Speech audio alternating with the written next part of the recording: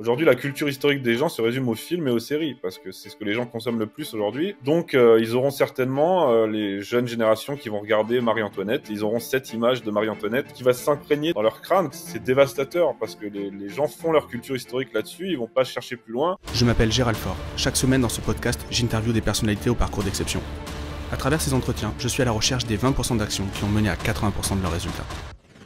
Ici, pas le temps pour le storytelling, nous allons chercher les leviers directement actionnables pour scaler nos vies et scaler nos business. Bon, ça y est, ça démarre. On lance cette interview avec Christopher. Christopher, merci beaucoup d'être là aujourd'hui, ça me fait super plaisir. Merci à toi Gérald, c'est un plaisir d'intervenir dans ton émission. D'habitude, je rabâche tout le temps. Pendant la préparation de l'épisode, on a abordé ceci, cela, machin. Là, on le fait sans filet, puisque ça fait 2 minutes qu'on vient de s'envoyer le lien, donc c'est la première fois qu'on discute. Alors, on a beaucoup échangé sur Insta, mais c'est la première fois qu'on se voit et qu'on discute réellement. Donc, c'est sans filet, on n'a rien préparé et ça va être un épisode, un peu freestyle. Ça va être full naturel. Exactement. Bon, super. Du coup, est-ce que tu peux te présenter pour ceux qui ne te connaissent pas encore? Alors, je suis créateur de contenu. C'est assez difficile de se présenter quand on fait plusieurs choses, comme je le fais. Il y a le terme journaliste qui est pas vraiment adapté. On me qualifie souvent d'historien, mais je suis pas historien parce que j'ai pas. Pour être historien, il faut avoir les diplômes. Je suis créateur de contenu, c'est comme ça que je me résume le mieux sur le thème, notamment de l'histoire de France. J'ai une chaîne YouTube, Christopher Lann, où je produis des émissions en lien avec l'histoire de France. J'ai aussi une émission sur TV Liberté où on débunk l'idéologie dans les séries télé, qui s'appelle Tueur en série. Et à côté de ça, outre diverses autres petites collaborations sur Internet, j'ai une plateforme de cours en ligne, lagrandehistoiredefrance.fr, où je propose des cours d'histoire sur des grandes périodes ou des grands personnages en multimédia, histoire d'approfondir et d'aller un peu plus loin que des vidéos en format 10 minutes. Et c'est comme ça que je t'ai connu, moi, parce que j'ai acheté ton programme, alors j'ai acheté le pack, mais je venais pour Napoléon. Parce que Napoléon, tout le monde m'en mettait plein la tête de Napoléon, mais je comprenais pas pourquoi. Et ça y est, maintenant je comprends pourquoi en fait. Tu peux du coup tu peux me faire un retour. Est-ce que mon cours t'a été utile pour appréhender le personnage et la période? Non, c'est hyper bien. J'ai 1000 questions. Non, moi j'ai vraiment bien aimé. Alors j'avais déjà vu des contenus sur ta chaîne. Je trouve que tes contenus sur ta chaîne donne l'appétit en fait pour Napoléon et du coup pour aller plus loin, et parce qu'en fait c'est vrai que c'est un contenu qui est dense, qui est long, et tu l'as bossé, on voit que c'est fait sérieusement. En plus pour le coup le monde de la formation, du coup plus la formation professionnelle, mais je le connais assez bien. Je sais qu'il y a plein de gens qui se fatiguent beaucoup moins et qui vendent 10 fois plus cher que ce que tu vends. Du coup cette idée là de faire des cours en ligne, c'est venu au début, puis la chaîne YouTube et ensuite ça, comment ça s'est fait? En soi, en 2012, il y a eu une sorte d'émulsion autour de la vulgarisation. Donc c'est là qu'ont commencé à démarrer des gens comme Nota Bene, comme Y Penser, qui vulgarisait la science, Dr Nozman, un peu tout ce courant de vulgarisateurs. Ça a commencé vers 2012. Moi, à l'époque, j'avais un site internet, j'écrivais des articles sur l'histoire, et là, je me suis dit, tiens, ce serait pas mal moi aussi de me lancer dans les vidéos. Donc, ma toute première vidéo est encore en ligne sur ma chaîne. Elle date de 2014. Donc, j'ai dit une bêtise, c'est pas 2012, c'est 2014. Donc, ma toute première vidéo est encore en ligne. Elle est assez gênante quand je la regarde maintenant. Mais ça a tous, hein. Mais ça va, c'est pas catastrophique. C'était sur les éléphants de guerre. Donc, je me suis lancé moi aussi dans la vulgarisation. Et puis ensuite, comme j'écrivais pour le JT de TV Liberté, pour le prompteur, TV Liberté m'a proposé, vu qu'ils avaient plus besoin de moi, ils m'ont proposé de faire une émission d'histoire sur leur chaîne. C'est comme ça qu'est née La Petite Histoire, qui a duré 6 ans sur TV Liberté. Toutes les semaines, pendant 6 ans, j'ai fait cette émission d'une dizaine de minutes en vulgarisant des sujets.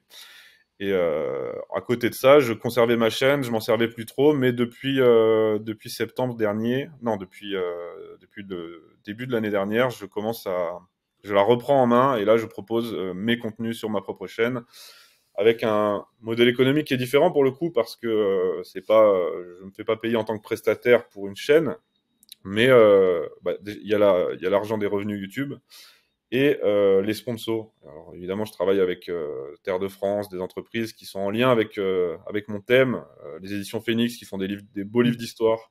Et c'est comme ça aujourd'hui que je vis, avec ma chaîne et mes cours. Mais tu dis que tu m'as connu avec les cours, mais tu devais forcément me connaître avant, parce que pour être arrivé... Je suis passé par la chaîne YouTube, et ensuite c'est les cours qui m'ont fait... mais le pack que j'ai acheté était vraiment... c'était ce que nous on dit, alors c'est un peu un terme un terme de con, mais on dit les no-brainers, tu vois. Je l'ai acheté sans réfléchir, tu vois.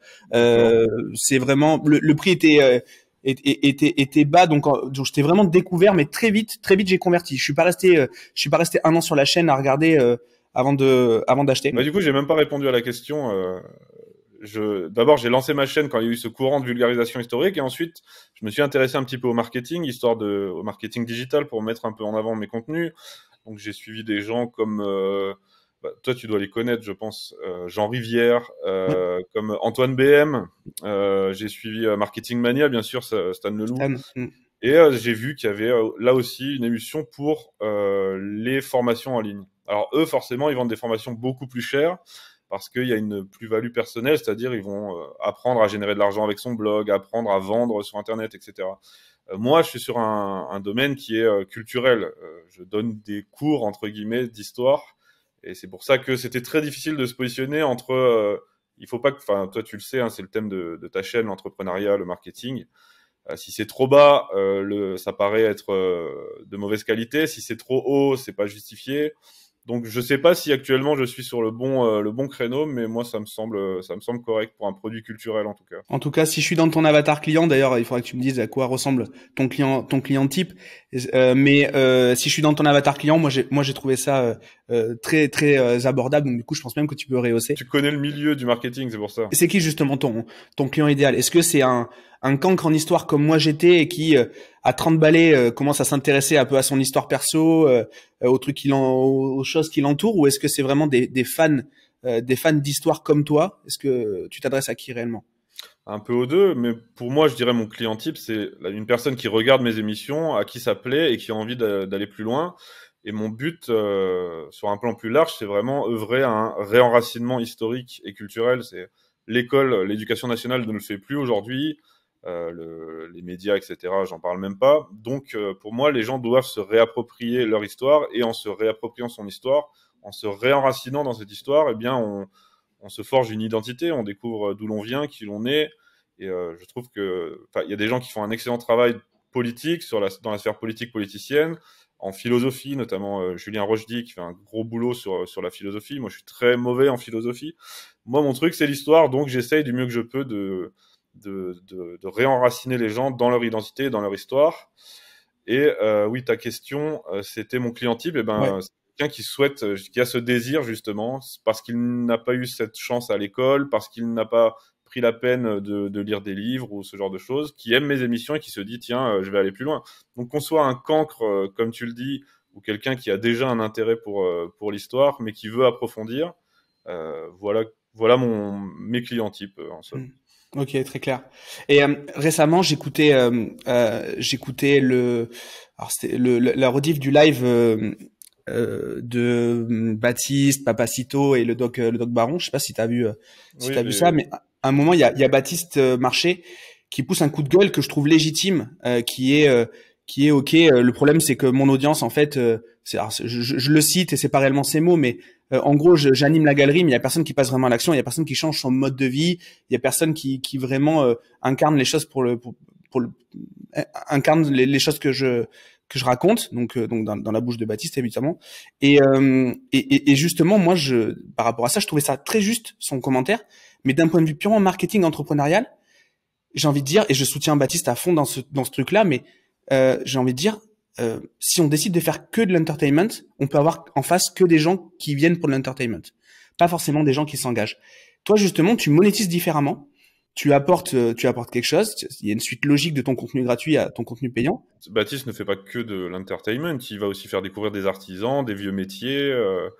Je suis 100% d'accord. Mais par contre, c'est moins actionnable que je suis 100% d'accord et j'aime beaucoup son contenu et j'espère le recevoir un jour d'ailleurs. Mais c'est moins actionnable que toi tes cours d'histoire. Mais bien sûr, parce que moi je suis sur une niche qui est plus culturelle. Donc forcément, Baptiste est sur un créneau lifestyle, savoir-vivre à la française, essayer de réancrer les gens dans les traditions, dans un mode de vie français. Moi, je suis sur un aspect un peu plus, on va dire, un télo qui concerne Mm. les bouquins, l'histoire. Donc forcément, oui, il y a une différence sur ce plan-là. Et il a totalement raison dans le fait que Les gens aujourd'hui, ils ont beau militer sur Internet, regarder les créateurs de contenu comme nous. Au bout d'un moment, il faut passer à l'action, en effet, et il faut changer son mode de vie et incarner les hommes qu'on veut être et qu'on veut voir advenir pour ce pays, quoi. Donc, on est totalement d'accord là-dessus. En tout cas, moi, je lance un appel à Baptiste si jamais il regarde ça, et je peux peut-être lui envoyer cette séquence-là. Baptiste, si tu fais des week-ends où tu nous apprends à faire du bench, à manger des chevreuils et je ne sais quoi, je viendrai, je serai un de ton premier client si jamais tu veux nous faire Ouais, des. ça pourrait être des stages de seigneur, quoi. Ouais, exactement. Bon, il va nous dire, je suis pas moniteur de colo, mais Je passerai le mot si tu veux. avec grand plaisir. Il est venu pêcher juste à côté de chez moi l'autre jour. J'ai pas eu l'occasion de le croiser, mais avec grand plaisir si tu peux faire passer le mot.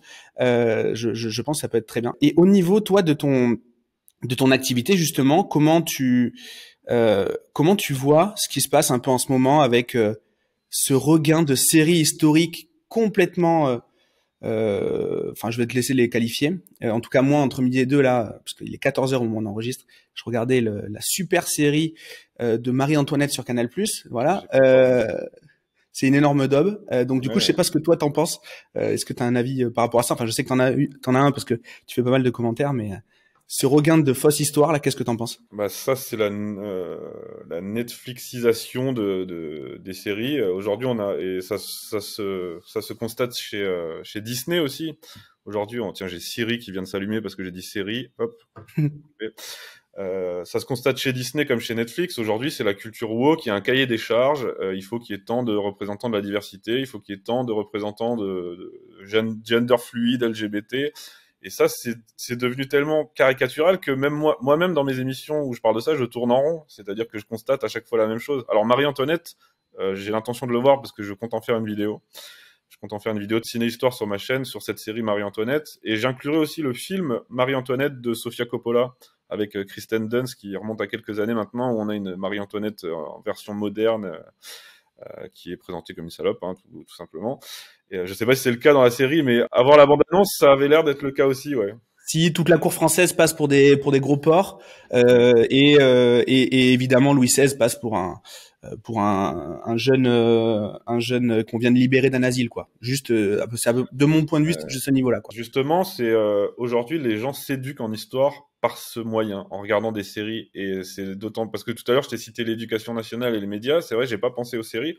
Aujourd'hui, la culture historique des gens se résume aux films et aux séries parce que c'est ce que les gens consomment le plus aujourd'hui.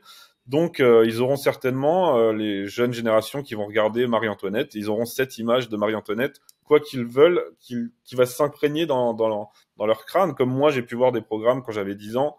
Et aujourd'hui, c'est imprégné en moi. Alors après, moi, j'ai fait l'effort d'essayer par exemple, bon, là, c'est pas vraiment dramatique, mais j'avais 13 ans quand la série Napoléon avec Christian Clavier est sortie sur France 2. Donc à 13 ans, je regarde ça et j'ai adoré. Et ça a largement contribué à mon amour pour Napoléon. Mais pendant des années, quand je pensais à Napoléon, j'avais la tête de Clavier l'image de Clavier dans la tête, tu vois. Ouais, je vois très bien. Aujourd'hui, maintenant, c'est plus le cas, mais c'est dévastateur parce que les gens font leur culture historique là-dessus. Ils vont pas chercher plus loin. J'ai parlé récemment, enfin, je vais parler, je sais pas quand on va sortir ce podcast, mais je vais parler dans quelques jours de la série Barbare sur Netflix. La saison 1 était très bien. Aucun signe de wokisme, rien du tout, à part quelques petites exagérations sur l'exaltation des femmes guerrières, notamment, ça aussi c'est très à la mode, et la fascination du barbare, ça aussi j'aimerais bien en parler. Aujourd'hui, il y a une fascination pour le barbare avec Viking ou avec cette série. Et là, il y a la saison 2 qui sort, donc je regarde l'épisode 1, ok, on se replonge dans l'histoire, c'est correct. Épisode 2, boum, une représentante de la diversité qui sort de nulle part. Alors on est dans les forêts de la Saxe profonde, ça n'a aucun sens. On nous explique qu'elle est carthaginoise, etc. Bref, ok. Et la scène d'après, on se tape une romance homosexuelle entre un chef romain et un chef barbare. Voilà, donc Netflix a rattrapé le coup. La saison 1 était bien, mais il a fallu qu'il remplisse le cahier des charges, et ça on le constate dans tous les programmes aujourd'hui, et ça en devient risible. Même ce que fait Disney, en ce moment, ce que fait Disney, c'est la fée Clochette de Peter Pan, la fée Marraine la Bonne Fée de Cendrillon, la fée de Pinocchio, la petite sirène, Blanche-Neige, tout ça a été wokisé. On n'a que des acteurs d'origine africaine.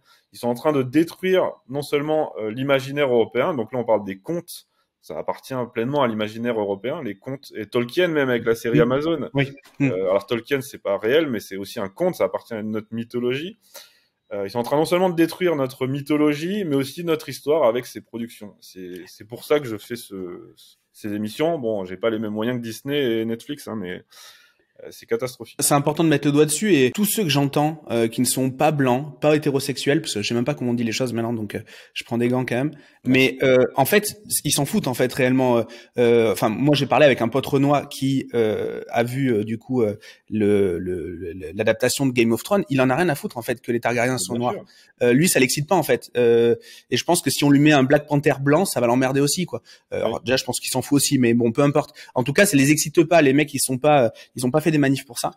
Donc, je pense que c'est un peu un truc de blanc pour des blancs, mais bon. Ça ne se justifie pas, ça n'a aucun sens, le fait de nous mettre une Blanche-Neige noire, au lieu de mettre en valeur, si par exemple il faisait un film ou une série sur les mythologies africaines, sur les légendes africaines, ça serait totalement cohérent, et j'aurais aucun problème avec ça. Là, ils viennent prendre soit des périodes historiques, soit des contes et légendes qui appartiennent à notre mythologie, pour y placer, pour venir détruire totalement l'ambiance, l'univers, l'atmosphère, avec de la diversité imposée. C'est comme si on regardait un film sur l'histoire des samouraïs japonais et que c'était incarné par des Amérindiens, quoi. Je sais pas, c'est logique, mais on est obligé d'en parler aujourd'hui. Mais les gens s'en rendent de plus en plus compte quand même. Il commence à y avoir, c'est tellement gros que. Et justement, ça a quel impact sur ton business? Alors quand je dis business, c'est sens large, hein, c'est aussi l'audience YouTube, l'audience de tes émissions. Est-ce que les gens du coup, ça crée quand même. Est-ce que ça ouvre l'entonnoir et toi tu les rééduques, ou est-ce que au contraire les gens sont persuadés que c'est une vérité ou quoi que ce soit, et du coup c'est compliqué après de les remettre dans le droit chemin? Je pense que le public qui me suit partage déjà mon avis sur la question, et quand il vient regarder mes critiques sur le wokisme, il vient plus là pour se divertir un peu et s'amuser. Après, peut-être que ça touche des gens qui tombent par hasard sur la critique et que ça va leur dire, tiens, c'est vrai que à force de le voir répéter encore et encore, ils vont se dire, oui, c'est vrai que ça devient grotesque. Mais la grosse majorité des gens qui me suivent, ce sont mes abonnés ou les abonnés de TV Liberté. Ils sont déjà bien au courant de tout ça et ils viennent plus voir ça pour se dire, tiens, ils sont encore allés un peu plus loin, on va voir ce que Christopher Lann a à en dire. Et c'est de plus en plus ridicule, même si je tourne en rond, encore une fois, c'est toujours les mêmes constats dans chaque série. Bon, là, il y a un film qui est un très bon film historique qui vient de sortir sur Netflix pour une fois, c'est ma dernière vidéo, À l'Ouest, rien de nouveau. Un film allemand sur les soldats allemands avec des acteurs allemands. Voilà, c'est devenu trop demandé, mais on s'en étonne maintenant quand on voit un bon film qui respecte la cohérence historique. Bah, tu verras d'ailleurs dans Antoinette, on les voit écrire à la plume, on les voit écrire en anglais. Bon après ça c'est voilà, c'est comme ça.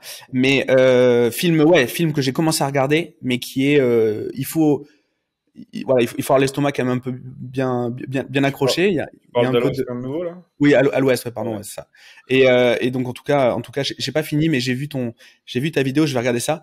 Est-ce que justement pour toi, il y a des périodes. Alors toi, t'es fan de Napoléon, t'es connu pour ça. Enfin, en tout cas, moi, quand je pense à Napoléon, derrière, c'est tes contenus sur lesquels je tombe et que j'imagine.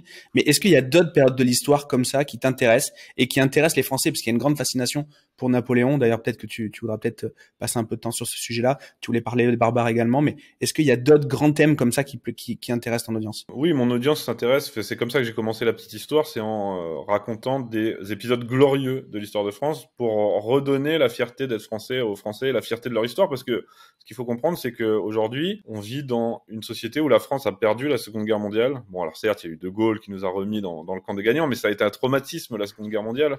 On a été une grande puissance et on a été occupé, on a été battu en 3 semaines, et même dans l'inconscient collectif de gens qui n'en ont rien à faire de l'histoire, il y a une mentalité de déclin, on n'a plus confiance en notre pays. On est complètement moqué dans les productions anglo-saxonnes, dans les films américains. C'est les French Surrender Monkey, parce qu'ils nous reprochent ils se moquent de nous parce qu'on a signé l'armistice en 40. Et ça fait suite aussi au refus de Chirac d'intervenir en Irak. On en avait pris plein la gueule dans les Simpsons, dans toutes les productions hollywoodiennes. Moi, je m'évertue à redonner la fierté de leur histoire aux Français en leur disant, regardez, il y a eu des grandes périodes de l'histoire de France. Alors, comme tu l'as dit, moi, ma période de prédilection, c'est Napoléon, forcément. Mais j'étendrai ça aussi à la Révolution française, que j'aimerais beaucoup plus creuser, parce que je trouve que c'est une période charnière de l'histoire. Ça a fait entrer la France dans sa modernité, avec le droit de vote, etc., que je ne valide pas du tout, hein, mais c'est une période qui a été charnière, elle est intéressante à analyser, et Napoléon aussi, parce qu'encore aujourd'hui, on a son code civil, on a conservé beaucoup de ses institutions, et Napoléon, pour moi, est l'exemple parfait de ce que devrait être, enfin, Maurice Barrès qualifiait Napoléon de professeur d'énergie. Certes, est monté très haut, puis il a chuté. Certes, Napoléon a perdu, mais il nous a laissé beaucoup. Et surtout, la principale chose pour moi qu'il nous a laissé, c'est cette énergie. Il doit être notre professeur d'énergie pour nous réapprendre à avoir confiance en nous. Impossible n'est pas français. C'était une de ses phrases qui a été un peu déformée, mais l'esprit est là. Et c'est pour ça que moi, j'ai déjà une passion pour Napoléon, et je trouve que c'est la période vraiment qu'il faut mettre en avant aujourd'hui, parce qu'en plus, ça vient après la Révolution. Et ça a été un peu une restauration, enfin une sorte de compromis entre l'ordre de l'Ancien Régime et le monde nouveau dans lequel la France, l'Europe et le monde entraient. Donc pour moi, Napoléon, c'est vraiment la période et le personnage sur lequel je voudrais appuyer pour ces deux raisons. Après, évidemment, j'ai d'autres périodes de prédilection, comme j'adore l'épopée de Jeanne d'Arc, ça a été mon premier cours en ligne. Là, on rentre dans le côté plus religieux, avec cette France qui est née de l'Église et cette Providence qui vient au secours de la France. Qui est sur le point de mourir. Et là aussi, c'est intéressant parce que beaucoup de fois dans l'histoire, la France a été sur le point d'être détruite, de mourir, et il y a toujours eu un sursaut, une providence, quelque chose qui intervient. Et c'est ça, moi, que je souhaite mettre en avant. Mais je ne suis pas historien, et surtout, je ne me prétends pas historien, ni être calé sur tous les sujets. Mon sujet, c'est plutôt Napoléon, donc j'ai quelques connaissances là-dessus, et encore, je dois avoir énormément de lacunes. Mais les autres sujets, Louis XIV, les grands Capétiens, Saint-Louis, ces sujets, je les connais, mais je n'en suis pas non plus un spécialiste. Napoléon, moi, ce qui m'a fasciné, c'est tous les paradoxes, en fait.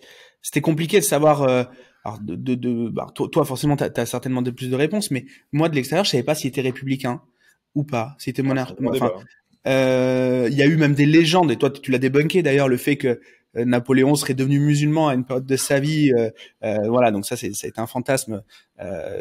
Voilà, il y a eu plein de choses, et je pense que ça a aidé aussi à construire la légende, en plus en plus de l'épopée. Je suis persuadé de ça. Et tu voulais nous parler justement des barbares.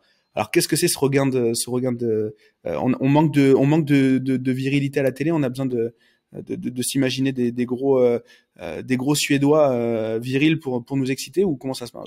C'est peut-être, t'as raison, je l'avais pas vu sous cet angle-là, mais tu as peut-être raison. En tout cas, c'est un truc que j'aimerais aborder sur ma chaîne bientôt, donc j'ai pas encore travaillé le sujet, mais je ne peux que constater une fascination actuelle pour les barbares. On a vu la série Viking, tout le monde, ça a donné lieu à énormément de néo-païens, ou de gens qui se faisaient l'undercut avec les tresses en arrière, là.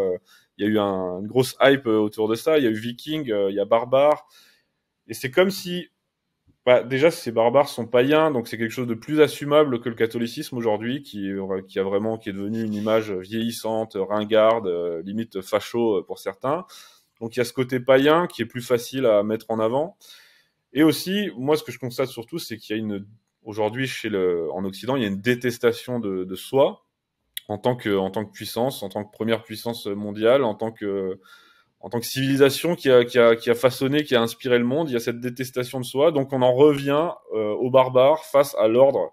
Dans la série Barbare, c'est les Romains les méchants, hein. C'est l'Empire romain, c'est la civilisation. Et il y a cette opposition entre la civilisation et le barbare qui est très marquée aujourd'hui. Alors pour l'instant, je saurais pas exactement comment expliquer pourquoi de manière très précise, mais il y a peut-être, comme tu l'as dit, une recherche de virilité assez facile.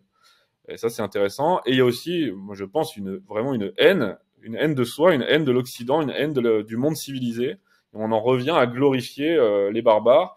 Et finalement, on se retrouve dans cette période où l'Empire romain a chuté parce que les barbares l'assaillaient de partout. Les barbares avaient intégré l'armée, intégré la société. Et aujourd'hui, on a des nouveaux barbares qui sont à nos portes et même entre nos murs. Et la fascination pour ces barbares se retrouve aussi à l'écran, que ce soit avec cette fascination pour les vrais barbares de l'Antiquité, ou avec cette culture racaille qui est proéminente dans beaucoup de séries, dans beaucoup de choses que voient et écoutent les jeunes aujourd'hui. Euh, le rap a une place prédominante chez les jeunes aujourd'hui. Bref, il y aurait énormément de choses à dire, mais c'est bien parce que tu as enclenché un peu ma réflexion pour ma vidéo à venir.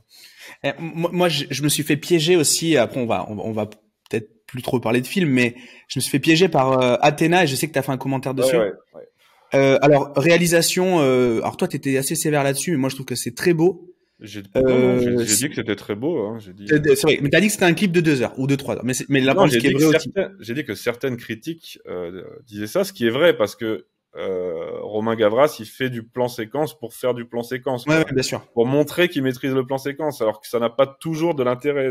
Hmm. Mais c'est impressionnant, on est d'accord. Là, j'ai regardé le making of. Il y a une scène où la caméra entre dans la Sur le pont. camionnette. C'est un mec qui la porte en Oui. scooter. Il y a un mec qui la récupère à l'intérieur, puis elle ressort par l'autre fenêtre avec un autre mec en scooter. Franchement, c'est impressionnant et esthétiquement, c'est beau. La scène où les CRS sont en formation de tortue avec les mortiers qui leur tombent dessus de toutes parts. Non, j'ai rien à dire, mais j'ai juste souligné les critiques de certaines personnes qui s'entendent également. Oui. Du coup, moi, je pensais qu'on était, on réinventait l'histoire, mais apparemment, on réinvente aussi pas mal ce qui pourrait être contemporain, ce qui pourrait être arrivé hier, la semaine dernière C'est ça. ou arrivé demain. Dans Athéna, il y a des références antiques, hein, ne serait-ce que le titre, la musique.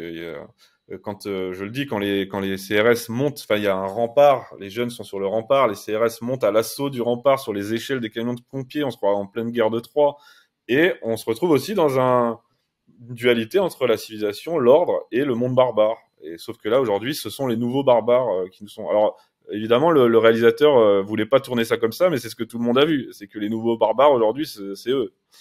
Donc il y a vraiment une opposition aujourd'hui entre la civilisation et le monde barbare, et on est en train d'y revenir.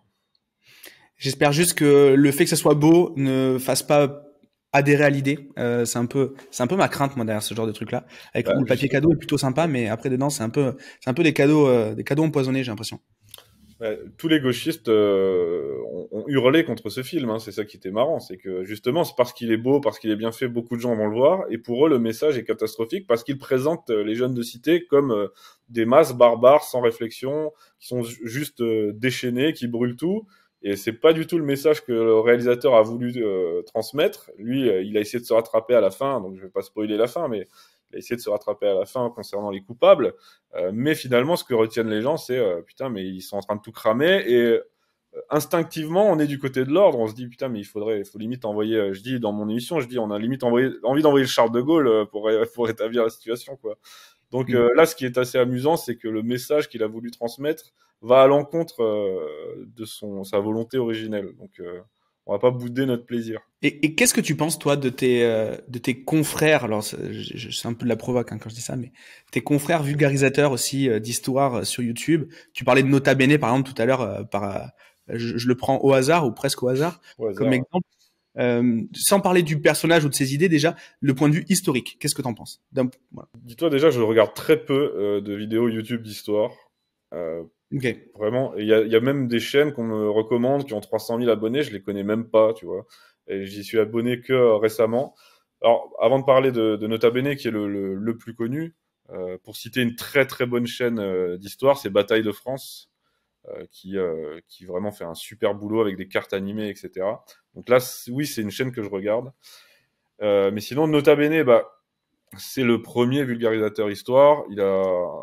C'est lui, quand je te l'ai dit, en 2014, il y a eu cette vague, c'est lui qui a percé en premier et qui a su se positionner sur ce créneau de l'histoire. Ces vidéos sont très qualitatives, enfin, sont très bien faites, très bien imagées, racontées. Franchement, il n'y a rien à dire sur le plan de la qualité, c'est super, c'est agréable à regarder. C'est pour ça que ça fait autant de vues. Mais derrière lui, il y a une équipe, hein, ils sont une dizaine de gens qui font les recherches à sa place, qui écrivent, qui s'occupent du son, de la lumière, du montage, de la recherche des images. Moi, je suis tout seul, donc forcément, je peux pas Ouais. rivaliser en termes de qualité avec une équipe de 10 personnes qui a aujourd'hui autant de visibilité. Après, Nota Bene, le problème, c'est que sous réserve de neutralité, parce que moi, à la limite, mon amour de la France, je l'affiche. Les gens savent sur quel pied danser quand ils regardent mes vidéos. On voit que mon but, c'est de faire aimer la France et d'exalter l'histoire de France. Moi, j'assume mon biais. De toute façon, tout le monde a un biais. les gens qui se prétendent objectifs, les premiers, les journalistes, les premiers. Il y a un sondage récemment à Sciences Po Paris où c'est plus combien de pourcentage de journalistes avaient voté pour Macron et Mélenchon. Ces gens-là ont un prisme, mais ils se présentent comme objectifs. Alors, Nota Bene, c'est pareil. Il se présente comme objectif. La plupart du temps, il l'est quand il traite de sujets concernant l'Antiquité, etc. Mais il y a des sujets sur lesquels, forcément, il y a un biais idéologique qui va se faire. Je ne lui reproche pas ce biais, mais c'est pas très clair, quoi. C'est pas annoncé. Et Nota Bene, on peut constater qu'il a une vision un peu beaucoup marxisante de l'histoire. Après, il fait des choses bien. Par exemple, je sais qu'il aime bien le Moyen-Âge et il contribue à dire aux gens que non, le Moyen-Âge, c'était pas l'enfer, c'était pas, les gens vivaient pas dans la boue, etc. Donc, sur ce plan-là, c'est très bien. Il y a plein de bonnes choses. Mais évidemment, quand il parle de la Commune de Paris, évidemment, c'est fait et cause pour la Commune. Non pas que je sois du côté des Versaillais particulièrement. D'ailleurs, je connais très mal le sujet, donc je vais pas m'exprimer davantage là-dessus. Quand il parle de la Commune, quand il parle de Napoléon, quoi, c'est limite, s'il le range pas dans la catégorie des tyrans sanguinaires avec Hitler. Voilà, donc il y a un biais, et puis son biais, on le voit aussi sur Twitter, hein, c'est quand il y a eu le mouvement Black Lives Matter, il a pris fait et cause pour ce mouvement, il a défendu le déboulonnage de certaines statues, etc. Donc pour moi, ça c'est inadmissible, et pour moi, ce biais doit être révélé. J'ai pas envie d'attaquer Nota Bene sur son travail ou personnellement. J'ai juste envie de dire, Nota Bene n'est pas quelqu'un de neutre et De d'objectif. neutre, ouais, voilà, c'est ça. Sachez-le, voilà, c'est tout. J'ai ni jalousie ni haine particulière pour lui. Évidemment, de temps en temps, je le tacle un peu parce que voilà, c'est marrant et puis il faut bien qu'il y ait un échange d'idées. Mais sinon, non, j'ai rien de particulier contre lui. Je veux juste dévoiler sa ligne, voilà. Et tout à l'heure, tu nous parlais de TV Liberté. Très belle chaîne. Alors moi, je le vois toujours pareil en tant que spectateur, donc je sais pas comment ça se passe dedans, mais très très professionnel comme projet. Toi, donc du coup, ça fait un moment que tu gravites dans cet univers-là, que tu bosses avec eux, etc. Est-ce que tu peux nous en dire un petit peu plus déjà pour ceux qui ne connaissent pas cette chaîne, ce projet? Quel est le sujet? TV Liberté, c'est une chaîne qui a été lancée en 2012, je crois. Je suis pas très bon avec les dates, ce qui est un paradoxe pour quelqu'un C'est qui vrai. aime l'histoire. Mais oui, c'était la volonté, c'était de lancer une chaîne télé avec des moyens professionnels, parce que TV Liberté, ils ont des studios incroyables, hein.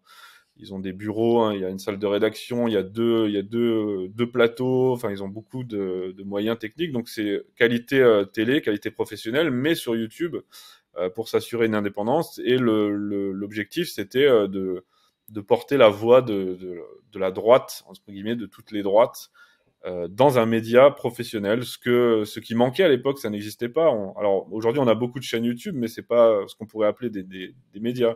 TV Liberté a ce côté média institutionnel, professionnel, mais sur YouTube. Alors évidemment, TV Liberté s'adresse à un public un peu plus âgé, de gens qui regardent la télé, forcément.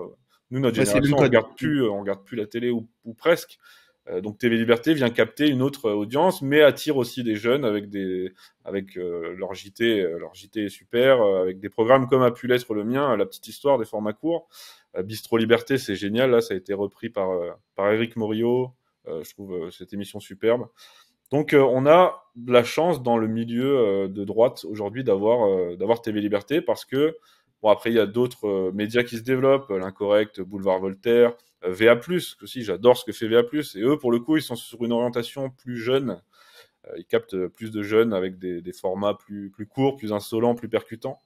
Mais TV Liberté a toute sa place dans le paysage, et c'est vraiment une institution sérieuse et professionnelle, comme tu l'as dit. Toi, justement, alors je sais pas si je révèle un secret ou pas, et si c'est un secret, je le couperai au montage, y a pas de problème. On m'a dit que tu allais refaire un tour prochainement sur TV Liberté, qu'on allait te voir sur un nouveau format. Est-ce que c'est vrai, ou est-ce que c'est encore trop tôt pour le dire, ou est-ce que c'est complètement faux? Non. En fait, j'ai arrêté La Petite Histoire et j'ai continué de tueur en série. Mais je pense que je sais de quoi tu parles. Tu parles d'un format avec la Bérafray. Exactement. Oui, en fait, c'était pas sûr. Je cherchais à faire un format avec la Bérafray parce que je trouve que c'est quelqu'un qui mérite d'être mis en avant. Comme je le dis pour rire un peu, les prédicateurs musulmans, les musulmans ont leurs prédicateurs stars sur les réseaux qui font des centaines, de milliers de vues, de millions de vues. Chez les catholiques, on en a de plus en plus, mais on n'a pas encore ça. Et je trouve que l'abbé Raffray a vraiment le profil. Et du coup, je voulais lancer une émission mensuelle avec lui, un entretien mensuel avec lui. Comme j'avais pu le faire à l'époque, je faisais un entretien mensuel avec Pierre-Yves Rougeron, puis avec Julien Rochdy sur TV Liberté. Ça s'appelait Sécession.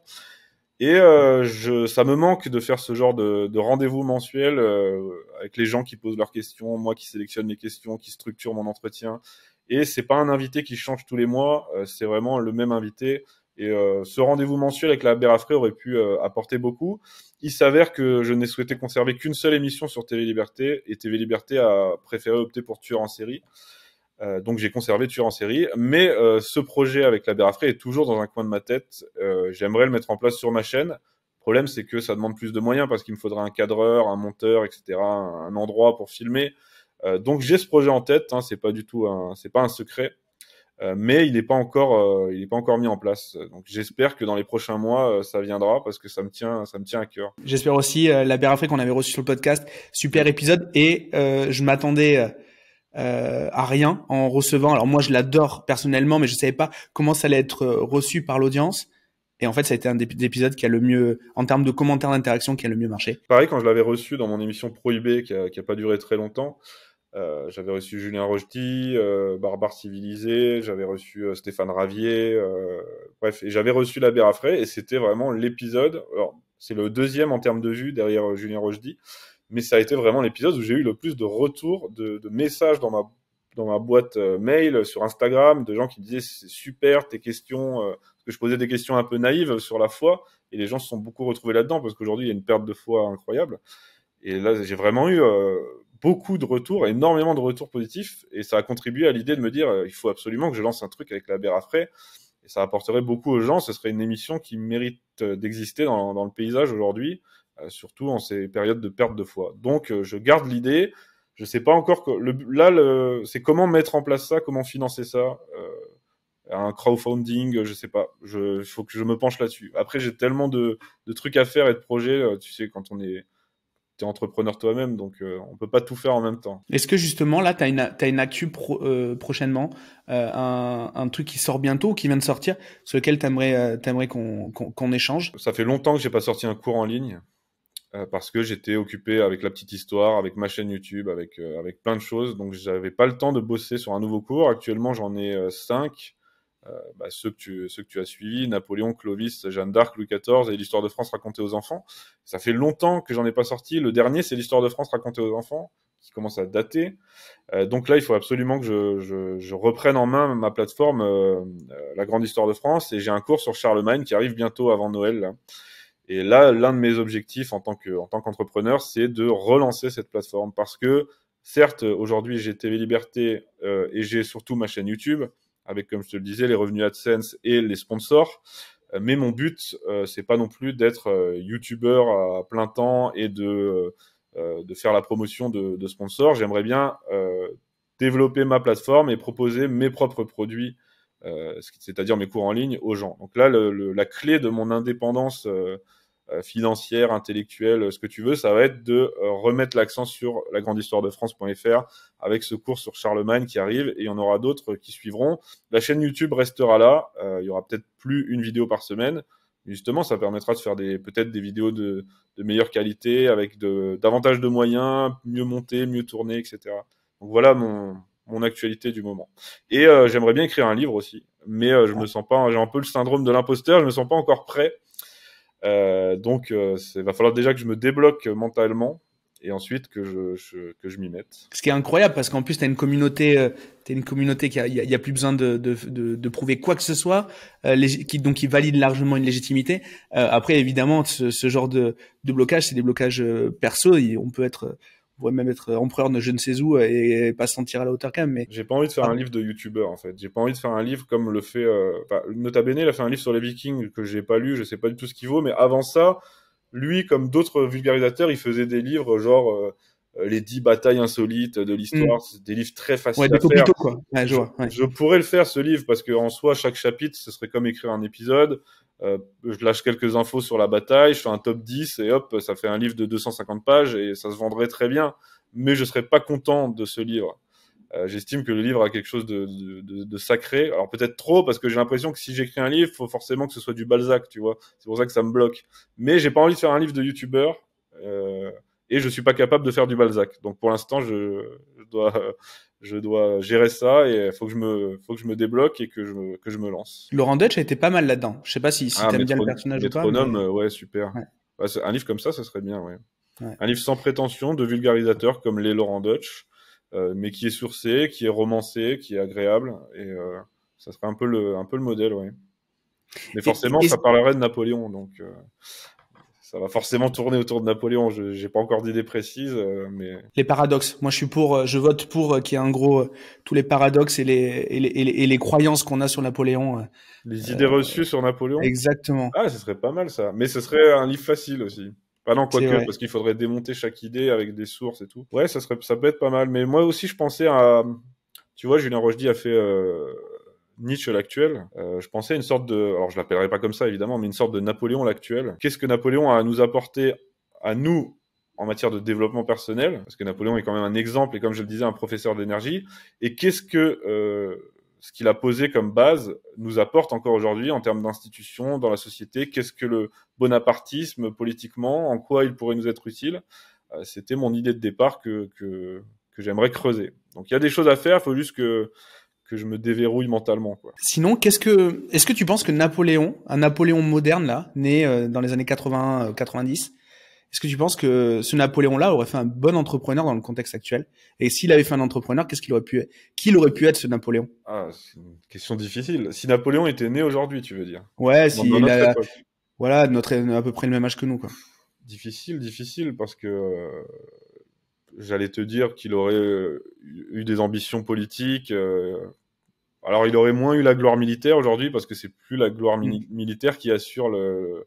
Donc, malheureusement, peut-être que si Napoléon était né aujourd'hui, il aurait fait l'ENA, Sciences Po, il aurait été un Macron, quoi, peut-être. Parce que Napoléon s'est adapté à son époque, mais à son époque, les valeurs étaient saines, etc. Aujourd'hui, si un personnage comme ça essaye d'utiliser tous les filons pour monter en grade et mettre en œuvre son ascension, qu'est-ce qu'il serait devenu? Après, il serait peut-être devenu un De Gaulle aussi, hein, mais j'ai peur de voir. Bah, déjà, il y a Ridley Scott qui sort un Napoléon bientôt, là, un film sur Napoléon avec Joaquin Phoenix. Et ça aussi, ça me fait un peu peur parce que Ridley Scott a dit qu'il voulait montrer le self-made man qu'avait été Napoléon. Et j'ai peur qu'il ait uniquement cette vision self-made man qui existe, certes, mais j'ai peur qu'on ne montre que cette vision. Donc Napoléon aujourd'hui aurait été aussi un self-made man. Reste à savoir quelle éducation il aurait reçue et donc dans quel sens il aurait déployé cette énergie incroyable, parce que cette énergie, il l'aurait eu quoi qu'il arrive. Est-ce qu'il aurait fini trader à la City? Est-ce qu'il aurait fini chez Rothschild? Rockstar, Ouais, sinon. ou Rockstar? Ou est-ce qu'il aurait fini avec de bonnes valeurs, une bonne éducation? Est-ce qu'il aurait fini par redevenir l'homme providentiel dont la France a besoin? Ça, c'est une bonne question, oui, mais je suis pas doué pour les uchronies et j'aime pas ça en général. Donc D'accord. voilà. Bon. Mais en tout cas, il y a déjà quelques idées. Ouais. Et au niveau de l'univers des médias, alors en plus, toi, tu ne fais pas enfin comment dire, il y a vraiment de la valeur il y a du travail dans le contenu que tu sors. Mais est-ce que au final, même si on aime bien l'idée, etc., Terre de France et compagnie, est-ce qu'il n'y a pas un problème de monétisation, de modèle économique justement sur les créateurs de contenu? Et notamment un manque enfin moi ce que je reproche en tout cas, j'aimerais bien avoir ton avis, un manque d'idées, un manque de créativité de la part des youtubeurs de droite. Qu'est-ce que tu entends par un manque de créativité? Bah, on revoit souvent les mêmes choses. Là, on voit que Oui, oui. Papacito vient de faire un format différent. Il a fait appel à la commu, ça a fait un gros succès, un gros Bah, succès pour le coup, c'était différent. Ça, c'était différent. Mais Ouais. justement, dans ce sens-là, est-ce que justement tout le reste, est-ce qu'il y aurait pas, parce qu'en fait, on sait très bien, c'est pas histoire de goinfrer les créateurs, mais peut-être, comme tu disais tout à l'heure, de faire également d'autres types de contenus, d'avoir plus de moyens pour produire du contenu, etc. Donc, il y a aussi un intérêt pour les gens qui regardent. Est-ce que toi, tu sens le frein, toi qui a un gros réseau de Bah, ce côté-là? je pense qu'on se conforte à ce qui marche et à ce qu'on a l'habitude de faire. Et moi-même, j'ai mes manières de fonctionner, mes routines, etc. Et ça fonctionne par palier. Donc, Par exemple, il y a Baptiste qui a apporté beaucoup de choses sur YouTube parce qu'il a choisi de faire des formats où il a investi de l'argent. Parce que le plus facile à faire aujourd'hui, c'est d'acheter une caméra, un micro et de se filmer et de parler face caméra. C'est ce que je fais. C'est le plus simple à faire. Ça coûte rien à part un petit investissement de départ pour le matériel. Et après, on fait un montage et voilà. Donc ça, évidemment, on a tous tendance à être dans la facilité parce qu'on a envie de diffuser notre message et que mais les formats qu'a proposé Baptiste, c'était différent. Il fallait un cadreur, il fallait un monteur, ça demandait de se déplacer, etc. Donc là, il a apporté quelque chose de nouveau. Mais à part ça, récemment, il y a aussi il y a Papacito qui a fait ce reportage. Donc là, je pense que l'étape suivante, au-delà de faire du facecam et des revues de presse, moi, ce qui me fatigue, c'est les revues de presse. Depuis la campagne présidentielle, on a eu tout un florilège de revues de presse qui ont émergé un peu partout, la revue de Valeurs Actuelles. Maintenant, il y a Boulevard Voltaire avec Jordan qui reprend un peu les rênes de Boulevard Voltaire. D'ailleurs, j'ai hâte de voir ça et je lui souhaite de réussir. Du coup, il lance une revue de presse aussi parce que ça marche. Comme je te dis, on reste dans ce qui marche, dans la facilité, c'est normal. Il y a Georges qui fait pas mal de revues de presse. Et moi, là, je trouve que c'est un format qui s'épuise. Moi-même, je faisais un format qui s'appelait La Revue. C'était une revue de presse sur le thème de l'histoire.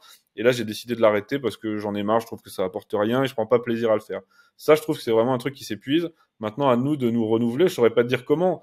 Peut-être, par exemple, il y a Thaïs Descuffon qui a récemment lancé une série sur. Le premier épisode est sorti où elle s'est rendue au Pays Basque et où elle a fait un reportage sur Saint-Jean-de-Luz et nous expliquer les traditions, l'identité de la ville, etc. pour nous faire réaimer la France profonde.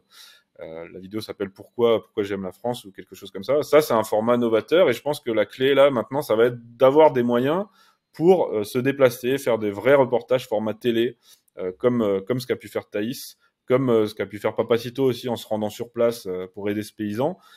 Maintenant, c'est une question de moyens et ça revient à la question que tu posais sur le modèle économique. Aujourd'hui, à part faire des vues pour placer de la pub ou avoir des sponsors ou les deux, le problème c'est que ce modèle est assez limité et que les sponsors, c'est un peu toujours les mêmes.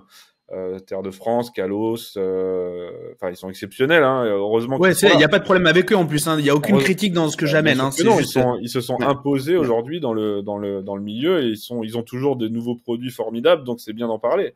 Mais on est, entre guillemets, limité à ces partenaires parce que forcément, on n'a pas accès vu qu'on a une ligne politique assez marquée, on n'a pas accès puis on n'a pas forcément la volonté de faire de la pub pour des choses avec lesquelles on n'est pas en accord.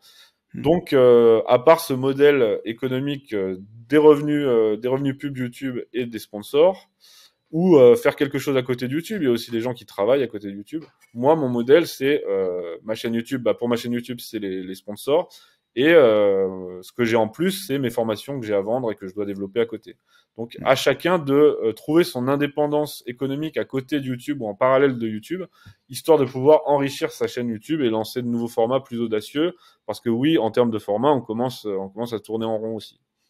En tout cas, moi justement, je mets le doigt sur tes formations. Je l'ai dit au début, mais je le dis également là. Pour moi, c'est le moyen de s'émanciper de tout ça. C'est ça. Une démonétisation sur YouTube, ça arrive comme ça. Il suffit juste d'avoir un mot de trop ou voilà, trop de risques.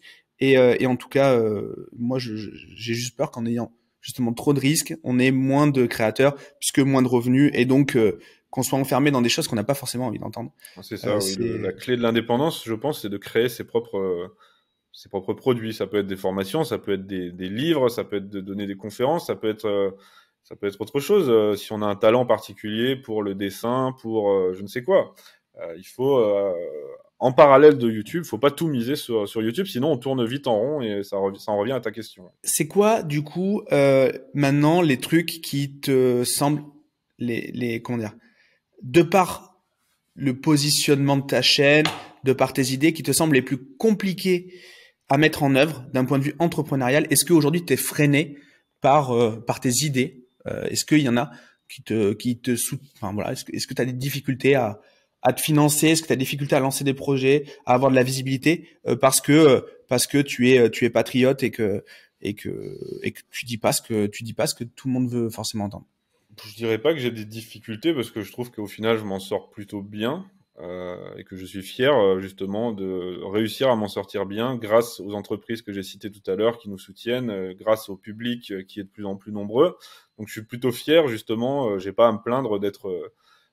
Après c'est vrai que oui, si l'État était de notre côté, peut-être qu'on, nota bene, je sais qu'il a des financements du CNC qui lui permettent de faire des vidéos plus propres, des reportages, Nous, on n'a pas accès au financement du CNC. Valeurs Actuelles n'a pas accès aux subventions tout court, par exemple, parce que ils ont été condamnés pour provocation à la haine raciale. Ils ont trouvé un subterfuge pour ne pas leur verser de subventions. Donc, on se retrouve en milieu clos, mais heureusement, on a une économie parallèle qui est en train d'émerger entre nous. Alors certes, on est limité, on tourne en rond, on est un peu entre nous, mais on se développe et c'est très encourageant, je trouve. Donc non, je me plains pas d'être censuré, ou je me trouve pas particulièrement limité. J'ai pas accès aux aides du CNC, j'ai pas accès à tout, j'ai pas accès à tous les sponsors que je pourrais avoir, j'ai pas accès aux médias, etc. Mais je trouve que je m'en sors plutôt pas mal et que d'une manière générale, on s'en sort plutôt pas mal. Donc c'est très encourageant, forcément. Mais j'aurais C'est pas de cool. posture victimaire là-dessus. Non, mais c'est très bien. Et justement, moi, l'idée qu'il y avait derrière ma question, c'est donc nous, on accompagne des entrepreneurs en formation. Il y en a qui veulent se lancer, il y en a qui veulent se lancer et qui ont justement peur d'être de joindre leurs idées avec leur boîte. En gros, ils veulent avoir deux vies, les idées, les convictions d'un côté et le business de l'autre pour pouvoir se rémunérer. Donc, dans ton cas, tu nous le dis bien et tu veux pas cette posture. Donc, c'est un super témoignage comme quoi il ne faut pas se brider quand on a voilà, on n'est pas forcément obligé de faire du tout lisse, tout propre dans le sens pour amuser toute la galerie. Donc ça c'est très clair. On n'est pas obligé de se mainstreamiser. Voilà. On peut forcément agir avec intelligence et pas avoir un discours d'abruti et de bourrin. Et de toute façon, c'est pas le discours que j'ai, c'est pas les idées que je défends ne me semblent ni absurdes ni extrêmes. Donc, je pense qu'aujourd'hui, en plus, avec l'évolution des mentalités, euh, pour la cause, il faut assumer nos idées qui commencent à se répandre de plus en plus. Et c'est pas en les cachant et en se mainstreamisant que ça va faire évoluer les choses. Là, on est en train d'assumer nos idées qui elles-mêmes sont de plus en plus partagées par une partie de la population et de plus en plus acceptées. Donc continuons sur cette vague et je pense qu'on a un bel avenir devant nous. Donc il n'y a pas à se cacher, il faut assumer, il faut être fier de tout le microcosme économique, politique qu'on a mis en place et le faire fructifier, le développer. Ma propre limitation, moi, dans mon activité d'entrepreneur, c'est moi-même. Parce que être entrepreneur, tu le sais, c'est pas avoir de patron, donc pas avoir d'horaire, pas avoir d'obligation. Il faut être le maître de soi-même et c'est difficile. C'est difficile de se gérer au quotidien, d'avoir de l'énergie, de toujours être productif. Et surtout, moi, en termes administratifs, c'est une catastrophe. Là, je suis auto-entrepreneur, donc c'est facile. Mais si tu me disais demain, il faut que tu montes une société, une EI ou je sais pas quoi, il me faudrait quelqu'un parce que je comprends rien. Et du coup, ma propre limitation là-dessus, c'est moi-même et ma phobie administrative absolue, quoi.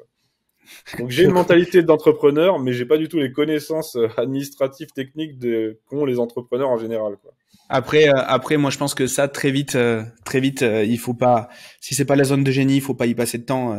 C'est mon avis. Il faut juste avoir les connaissances, le minimum pour pas se faire couillonner par des fausses infos, des trucs et avoir de mauvaises surprises. Mais moi, je crois qu'on n'a pas besoin on n'a pas besoin de tout savoir. Les experts comptables, ils sont là pour oui, ça. C'est ça. C'est pour ça Et tout ça. Il faut des gens qui s'occupent comme tu le dis, il faut se concentrer sur ce qu'on aime faire et ce dont on est doué pour faire. Et par exemple, moi, ce que je fais, ça implique plusieurs corps de métier. J'écris mes vidéos, ensuite je les présente à l'écran. C'est un métier tout d'écrire, c'est un métier de présenter, c'est un métier, l'audiovisuel, le son, l'image, la lumière, tout ça, c'est un métier. Le montage, c'est un métier. Le marketing, après, pour que la vidéo, que la vignette soit bien, c'est du graphisme, c'est un métier aussi. Le marketing pour que la vidéo soit lancée, ça aussi, c'est un corps de métier à part entière. Et moi, aujourd'hui, je fais tout ça tout seul, donc forcément, je ne peux pas exceller dans tous les domaines. Et justement, à quel moment, quel est le 20-80 qui a fait exploser ta chaîne, justement, sur tous ces métiers-là que tu donnes? tu penses que ta zone de génie, le truc qui a le plus aidé à la visibilité de ta chaîne, c'est lequel de ces leviers, même si évidemment tout réagit en système, donc on sait que voilà, mais quel est le levier le plus fort chez toi? Donc le 20-80, c'est la loi de Pareto, c'est ça? Exactement. Oui. Donc c'est pas le montage, ça c'est sûr. Je suis pas monteur et mon montage est très basique. Après, il est pas dégueulasse, hein, mais il est très basique. Hein. C'est une succession de cuts et d'images, d'insertions. Donc c'est pas le montage, c'est sans doute pas les vignettes non plus, parce que là aussi je suis pas pas graphiste et les vignettes c'est pas mon fort. Je dirais que ça doit être l'écriture, ma façon de présenter et ma personnalité. Les gens, je pense, sont assez attachés à ma personnalité. J'ai souvent ce genre de commentaires. J'ai rarement des commentaires hostiles. En général, les gens m'apprécient, donc ils sont attachés à ma personnalité, à ma manière et à mon amour de l'histoire de France. Donc c'est vraiment sur l'écriture et la présentation, je pense que je me démarque et que j'exerce ce que je peux apporter de plus. Et toi, tu remarques dans ton comportement, dans ton attitude, une différence entre un contenu que tu as proposé gratuitement sur YouTube, dans la préparation, dans le fait de le produire, donc une différence entre ce genre de contenu-là ou un contenu que tu vas vendre. Est-ce que toi, parce que souvent c'est le problème, faire du gratuit, ça ne pose pas il y a pas de frein, mais dès qu'on commence à vendre ses produits, on se vend soi-même indirectement, et donc souvent il y a des blocages là-dessus. Est-ce que toi, t'as rencontré ce genre de truc? Non, j'ai pas eu de blocage et je l'ai abordé de la même manière l'écriture de mes cours. Alors, avec plus de soin, évidemment, parce que j'ai eu plus de temps. Mes vidéos, je les sors toutes les semaines, donc j'ai une semaine pour les faire. Et forcément, même involontairement, j'y apporte pas le plus de soins possible. Alors que mes cours, quand je sors mon cours, c'est vraiment que je l'ai relu. Et encore, je laisse traîner des fautes et des petites erreurs, mais c'est vraiment que je l'ai relu 100 fois, que j'ai tout vérifié. Et que, étant donné que j'estime que les gens ont payé, j'ai envie de leur donner le meilleur, quoi. Donc, oui, j'ai plus d'applications dans les produits, dans les cours que je vends, mais j'ai tout autant d'applications dans mes vidéos, même si j'ai moins de temps. Et j'ai pas eu de blocage particulier. Non. Si tu devais lancer une chaîne sur autre chose, ça pourrait être sur quoi? Parce que là, tu es très passionné. Mais imagine que si tu ne parles plus d'histoire, tu ne parles, et même voire même plus de société. Ouais, je saurais même pas répondre à la question. Parce qu'en fait, je fais. T'es un vrai passionné. T'es un vrai passionné, toi. Je suis un passionné d'histoire, mais j'aime bien le cinéma aussi, et je fais je parle de cinéma sur ma chaîne. J'aime bien les séries, j'en parle. Le patrimoine, j'en parle. Donc, qu'est-ce qui me passionne d'autre franchement, je sais pas, je saurais pas te répondre.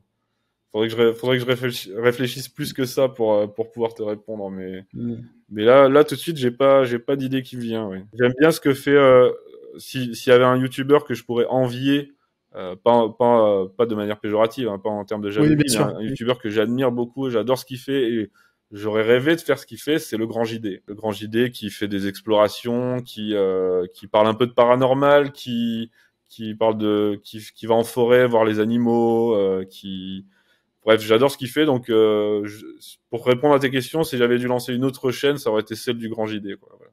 Ok, Je sais pas très si tu cool. connais le Grand JD. Non, je connais pas, mais j'ai regardé alors du coup. Ouais, c'est Euh, super. et du coup, donc on sent vraiment la passion de ton expertise chez toi, mais pour les gens qui nous écoutent là, qui avaient peut-être pas prévu d'entendre parler d'histoire, même si je vais forcément en parler dans la vignette, par quoi ils devraient commencer pour vraiment mettre un pied, un pied dans ton univers et se faire une idée et commencer à apprécier l'histoire, peut-être revoir un petit peu l'idée qu'ils en ont eue quand ils étaient au lycée ou même avant. Voilà. Tout simplement, par quoi commencer? En regardant mes contenus sur YouTube, c'est, je pense, le plus accessible. Parce que c'est des vidéos de 10 à 15 minutes qui donnent un aperçu de ce qu'a pu être notre histoire, nos grands faits de gloire, nos grands moments, toutes les idées reçues qu'ils peuvent avoir sur l'histoire que j'essaye de démonter. Donc je leur dirais de commencer par ça, et puis ensuite de lire des vulgarisateurs, parce qu'il y a, même dans le domaine de l'édition, il y a des vulgarisateurs, et c'est en général les meilleurs et ceux qui vendent le plus, parce qu'un bouquin d'historien, c'est assez chiant. Il y en a qui sont très bons, mais alors qu'un bouquin de vulgarisateur, Max Gallo était un vulgarisateur. Ses livres sur Napoléon sont pas parfaits, ils sont très romancés, et moi je suis assez mal à l'aise avec ça, mais ça permet d'avoir une première image du personnage et de la période. André Castelot, c'est sans doute mon vulgarisateur préféré sur Napoléon.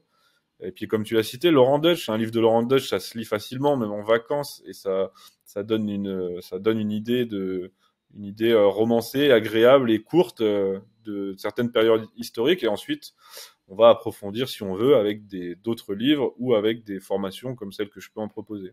Si on fait un épisode dans un an, qu'est-ce que je peux te souhaiter? Quelle est la question que je peux te souhaiter? Quel est le catch-up qu'on peut avoir dans un an concernant ton business? Ah bah justement, comme je te disais tout à l'heure, j'aimerais bien que la partie principale de mon business tourne autour de mon site de formation, La Grande Histoire de France, que ce soit ça vraiment le cœur de mon activité, de mon indépendance, que YouTube ce soit un plus où je prends du plaisir, où je propose des choses plus travaillées pour le coup.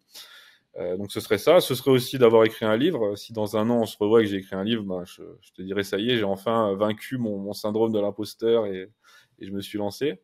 Et puis moi, l'un des grands rêves, un jour on m'a posé la question en soirée, on m'a dit si t'avais un rêve que tu pouvais accomplir professionnel, que tu pourras accomplir, j'ai pas trop su répondre sur le moment. J'ai dit bah j'aimerais bien être plus connu, devenir un vulgarisateur plus reconnu dans le thème de l'histoire. Au final, c'est même pas ça, parce que si je devais avoir un grand rêve dans ma vie, ce serait de faire du cinéma alors j'ai aucune compétence, hein, ce serait vraiment un rêve. C'est la lampe du génie, quoi. C'est vraiment un rêve où tout est mis en place. Ce serait de faire des films d'histoire, des films sur l'histoire de France, un peu à la manière de ce que fait Ridley Scott, mais version française, et mettre en avant les épopées incroyables de Jeanne d'Arc, de Napoléon. Il y aurait tellement de films, de séries à faire. J'adorerais avoir les talents, l'argent, tout pour faire des films en tant que réalisateur sur l'histoire de France. Mais d'ici un an, si on se revoit, je pense pas que j'en serai encore là. En tout cas, ça t'anime, on le ressent, tu vois, l'énergie, elle est ultra haute quand tu parles de ça. Je pense que là, on a vraiment le concept de vision pour les gens qui se posent la question. On est vraiment là-dessus. C'est vraiment trop cool. Bah, voilà, oui, ce serait vraiment mon rêve. Ce serait, on va dire, le Ridley Scott français du cinéma, qui fait des films de ouf sur l'épopée impériale, sur Louis XIV, sur Napoléon, sur Jeanne d'Arc, sur l'Empire romain même. Enfin, il y aurait tellement de trucs incroyables à faire. Et aujourd'hui, l'histoire de France est tellement gâchée au cinéma qu'il faudrait rattraper tout ça. Voilà. Beau programme, en tout cas, je te le souhaite. Je te souhaite vivement, et je partage ton avis sur ce côté, en étant beaucoup moins expert que toi, mais rien qu'en simple spectateur, Ce serait incroyable. Là, il y a le Puy du Fou qui se lance dans les films, avec Puy du Fou Film. Et ils ont un film sur Charette et sur la guerre de Vendée qui arrive en décembre. Donc c'est une très bonne nouvelle. On va suivre ça avec attention, et puis on espère que le cinéma français va aller dans ce sens. Et puis j'espère que dans 10 ans, voilà, dans un an non, mais dans 10 ans, peut-être, j'espère avoir un petit pied dans ce milieu. Ben, on te le souhaite, enfin, moi je te le souhaite en tout cas. Est-ce que tu peux nous repartager quelques liens, où est-ce qu'on peut suivre ton travail, parce que t'as pas mal de contenu, qu'est-ce qu'on peut partager comme lien? Dans un premier temps, ma chaîne YouTube, évidemment, Christopher Lann, où je partage mes émissions chaque semaine. La chaîne de TV Liberté pour ce qui est de mon émission Tueur en série. Je suis très actif sur Instagram, mais c'est plutôt un Instagram personnel. Enfin, c'est un moitié personnel, moitié où je partage ma passion de l'histoire. Donc, je suis très actif sur Instagram, sur Twitter, et là, récemment, j'ai relancé mon canal Telegram. Donc, j'invite les gens à me suivre sur Telegram, parce que je trouve ça sympa. Telegram, il y a un côté plus communautaire, on est plus proche. Et moi, qui ai vraiment ce problème, je ne suis pas affecté par les commentaires que je reçois. J'en avais déjà parlé dans un podcast avec Baptiste, d'ailleurs. Pour moi, il y a vraiment un mur entre moi et l'écran. Alors, je peux me prendre les commentaires les plus positifs comme les plus négatifs. Je vais difficilement les ressentir. Et c'est pour ça que et sur Telegram, c'est différent, parce qu'il y a ce côté, ça fait groupe, ça fait communautaire. Donc, je suis beaucoup plus proche de ma communauté sur Telegram. C'est pour ça que j'ai décidé de relancer ça. Très bien. Ben, j'y suis pas. Je te suis partout sauf là-dessus, donc je vais y aller. Je conseille très récent, c'est pour ça. De le faire. Ouais. Ok. Ben, très cool. Ben, Christopher, merci beaucoup d'avoir accepté l'invitation et de nous avoir partagé ta passion.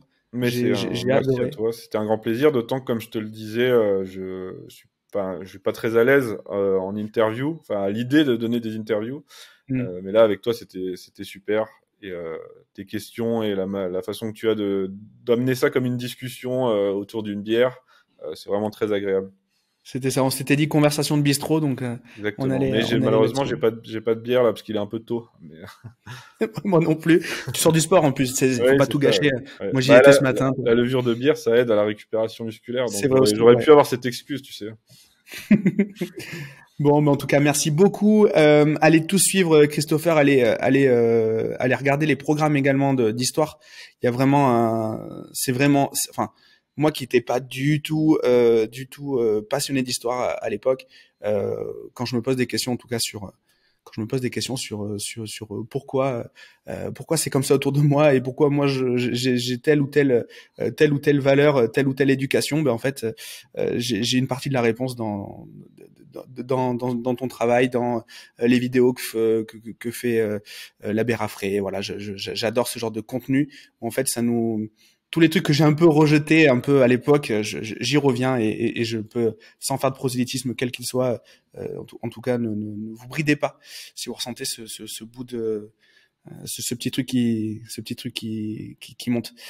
Bonne journée à tous, à bientôt et on met tous les liens pour aller suivre le travail de Christopher. À bientôt. Merci à toi.